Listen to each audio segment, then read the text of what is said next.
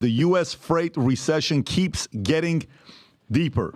What? J.P. Hunt, a leading freight company, experiences a significant decline in stock value following disappointing first quarter earnings, with profits plummeting by $70.3 million compared to the previous year, and revenue falling short of forecast by 9%, dropping by $2.94 billion. Weak trucking volume and sluggish demands contribute to J.P. Hunt's struggle, reflecting broader challenges in the freight market, and which has been grappling with a prolonged slowdown since the pandemic. Bank of America senior transportation analyst Ken Hoexter noted demand remains weak. Pricing is remaining at really historic low levels. Tom, what's going on here? I'll give you 3 data points. Our government is telling us the economy is fine. Consumers have $1.1 trillion in credit card debt. The economy is fine. Buy now, pay later. They're delinquent on buy now, pay later. The consumer is fine. So guess what? The consumer is not buying. Consumer purchases are dropping, and therefore there's a lack of demand for freight services to truck all that stuff around. And so now you've got freight at historic lows. So what's happening to the income of those truck drivers? It's dropping. This is bad. So the freight recession is basically telling us that there's not demand to be transporting stuff around the United States. Let's translate that. Why isn't there demand? Because the consumer is more tapped out.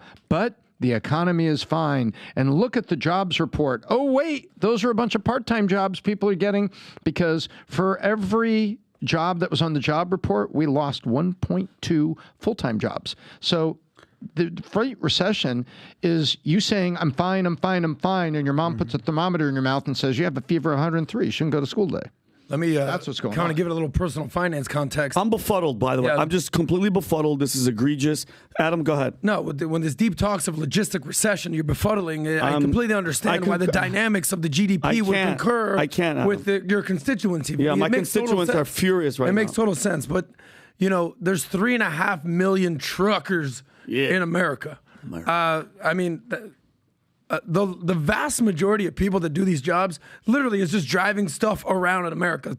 A lot of what America is just get from point A to point B, drop it off, turn around, let's go. And the highways, let's go, hustle, bustle. Shout out to these guys. And by the way, 90% of the truckers, they're men. So when you're talking about logistics and freight and layoffs, you're saying 90% of truckers are men? Yes. So you're saying those 10% are got mullets? Well, listen, everybody knows that the favorite hangout spot is rest stops for truckers. All the good stuff is going on. Oh, man, brother. hey, man, preach on, brother. Logistics is driving people around, moving things around. Even the Uber drivers out there, logistics and moving stuff around is what makes America tick. When you send the Uber drivers to pick up the girls, you make the Uber driver get out and open the door for the girl? I only are you gentlemen? You hire gentlemen. Yeah. Okay, good. They got to have a mustache and a rose. By the way, transportation as an industry. Yeah. We had one of our clients that we're consulting for, guys doing $40 million a year. He's down 70%. Oh my God. Due to not getting loads.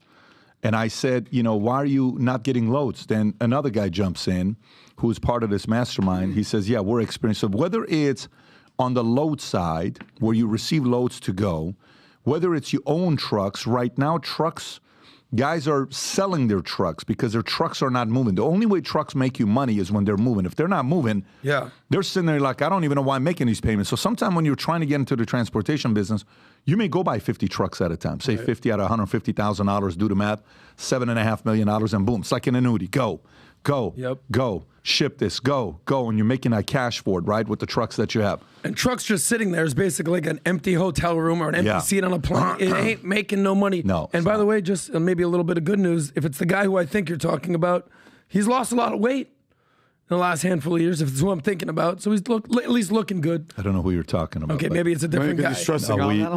We got a few of them that we're working with. Okay. I can no longer remain in today's Democratic Party. Tulsi Gabbard says she is no longer a Democrat. A potential Tulsi Gabbard VP. Where we are being told that we just have to comply and go along with whatever they say. American people are smarter than this. However, we must remain vigilant to recognize their propaganda for what it is, pure lie. Unfortunately, we live in a time where free speech is under attack.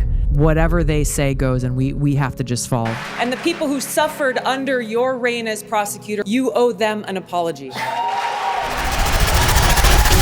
Bringing on Kamala Harris on on a debate stage before, I would look forward to doing that again. So if you like this clip and you want to watch another one, click right here. And if you want to watch the entire podcast, click right here.